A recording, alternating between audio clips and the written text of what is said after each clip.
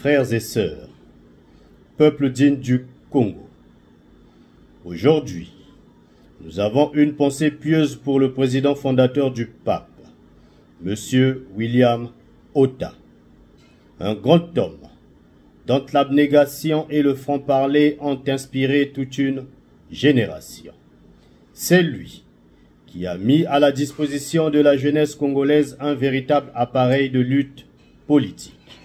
Sa mémoire vit en nous. Et nous, militants du pape, par ma voix, nous réaffirmons notre engagement à poursuivre son combat noble et patriotique. Notre pays a été trop longtemps pris en otage par des pratiques politiques qui n'ont rien apporté au peuple. Trop longtemps, nous avons vu des ministères sans bilan, des coalitions sans vision, des promesses sans lendemain. Oui, mes frères et sœurs, le Congo a souffert de l'intrigue, des contradictions et des compromissions. Des générations entières ont vu leur avenir confisqué, leurs rêves brisés, leurs familles sacrifiées par les querelles d'ambition et l'avidité de quelques-uns. Mais nous ne sommes pas ici pour pleurer. Nous sommes ici pour dire stop. Stop aux promesses non tenues. Stop aux discours creux. Stop à l'échec permanent. Ce que nous voulons, ce que nous exigeons, une politique de résultats, pas de slogan. Une opposition forte et constructive, pas d'opposition de façade. Des dirigeants qui rendent des comptes, pas des hommes accrochés à leur siège sans vision. Une nouvelle génération de leaders courageux, honnêtes, porteurs d'une vision claire pour l'avenir. Frères et sœurs, le Congo n'a pas besoin d'hommes fatigués par leurs intrigues. Le Congo n'a pas besoin de carriéristes qui traversent les décennies sans jamais rien construire. Le Congo a besoin d'une jeunesse debout, de femmes debout, d'un peuple uni qui refuse désormais d'être trompé. Nous le disons avec force. Si vous n'avez pas de bilan, laissez la place. Si vous n'avez pas de vision, laissez la place. Si vous n'avez pas de courage, laissez la place. Car désormais, la politique congolaise ne doit plus être une carrière, mais une mission. Et cette mission, c'est celle de reconstruire le Congo, de le réconcilier avec son peuple, de redonner espoir à ses enfants. Peuple du Congo, frères et sœurs, patriotes militants, nous prenons aujourd'hui la parole pour rétablir la vérité sur un homme qui se présente encore comme un acteur politique majeur, M.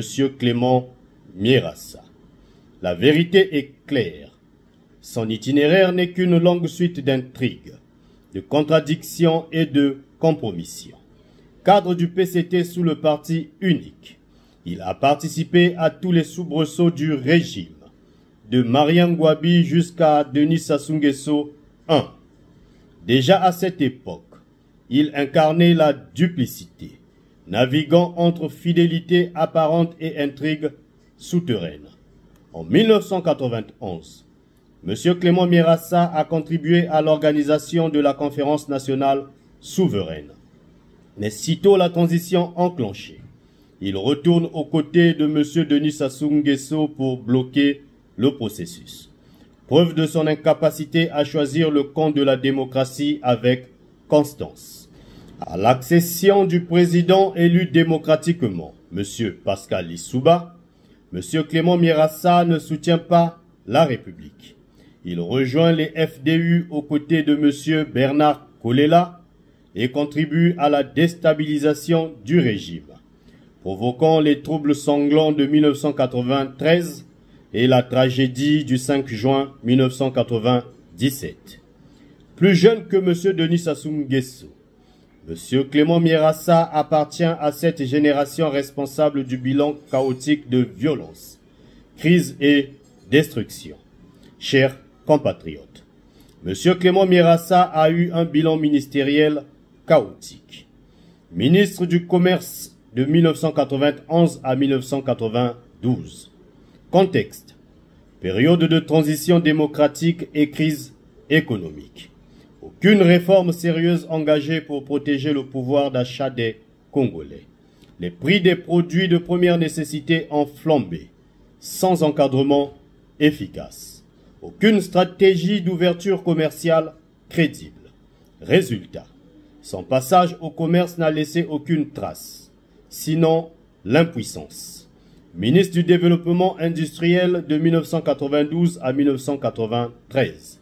Mission: relancer l'industrie nationale, diversifier l'économie, attirer des investisseurs. Aucun projet industriel lancé ni finalisé. Les unités en difficulté, textiles, cimenterie, bois, n'ont connu aucune amélioration. Aucune modernisation, aucune infrastructure nouvelle, rien de concret. Résultat, un ministère traversé dans l'ombre, avec zéro réforme et zéro résultat. 2 années au gouvernement, 2 ministères et aucune réforme majeure. Pas de politique économique claire, pas d'impact sur la vie quotidienne des Congolais, pas d'héritage industriel ni commercial. En résumé, son passage au gouvernement n'a été qu'un échec retentissant. Un simple épisode de présence sans action. 2 ministères, 2 occasions, 2 échecs. Le bilan de M. Clément Mirassa au gouvernement est un désert. Aucune réforme, aucun projet, aucune amélioration. Un ministre fantôme qui a traversé l'État sans rien n'y apporter.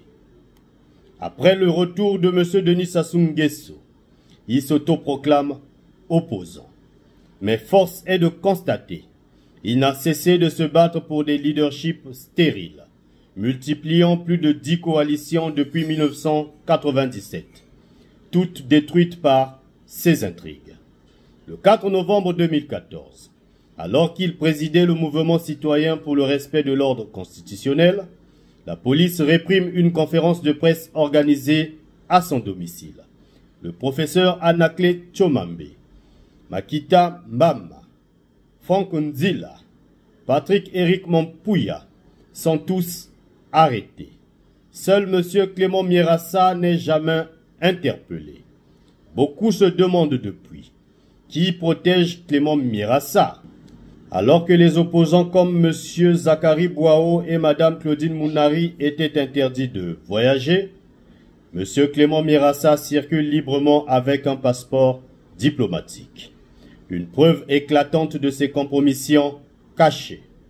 À la tête du FROCAD, IDC, CJ, 3M, il complote contre Mme Claudine Mounari jusqu'à la pousser à la sortie. Il marginalise M. Ouabari Mariotti en France. Il attaque M. Guy Mafimba, représentant de la diaspora. Partout où il passe, il divise et il intrigue. Après avoir vidé la fédération de ses cadres valables, il crée encore une nouvelle coalition, le Rassemblement des forces du changement en sigle RFC, dont il s'empresse encore et toujours de prendre la présidence. C'est son obsession maladive, être président de coalition, sans jamais avoir de résultat pour le peuple. Comme si cela ne suffisait pas, M. Clément Mirassa s'attaque aujourd'hui au pape, héritage de notre père William Otta, d'heureuse mémoire. Nous le disons solennellement, le pape ne sera pas un terrain de plus pour ses intrigues et ses ambitions personnelles. Sa seule revendication publique en tant qu'opposant est de dire, je cite, « Le président Denis Sassou Nguesso n'est pas en conformité avec la loi. » Fin de citation. Mais il oublie que lui-même n'est pas en conformité avec les statuts de son propre parti, le PSDC, où il cumule toutes les fonctions sans partage, de la présidence au secrétariat général, en passant par la promotion de la femme et même la jeunesse. Ce qui justifie le manque de représentativité de ce parti au niveau national et international. Quel crédit accorder à un homme qui viole lui-même ses propres règles? Chers compatriotes, M. Clément Mirassa n'est plus qu'un symbole du vide, des intrigues et des échecs. M. Clément Mirassa, c'est la tortue de la politique congolaise. Toujours lent, sans jamais atteindre le but. Toujours présent, mais sans jamais avancer. Toujours là, mais sans jamais rien construire. Depuis plus de 40 ans, il traîne sur la scène politique, mais son parcours est un chemin sans empreinte. 2 ministères, aucun bilan. 2 candidatures présidentielles, humiliation électorale.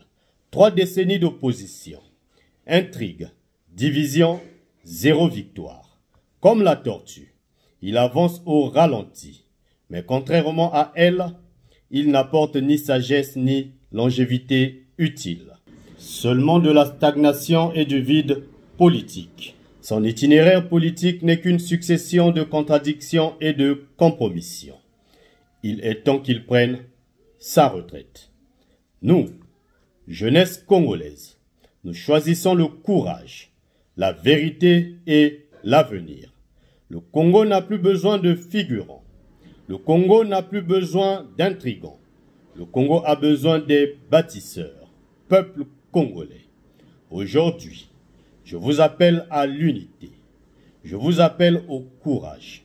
Je vous appelle à briser les chaînes des intrigues et des échecs répétés. Notre génération ne doit plus hériter du chaos, mais construire la justice.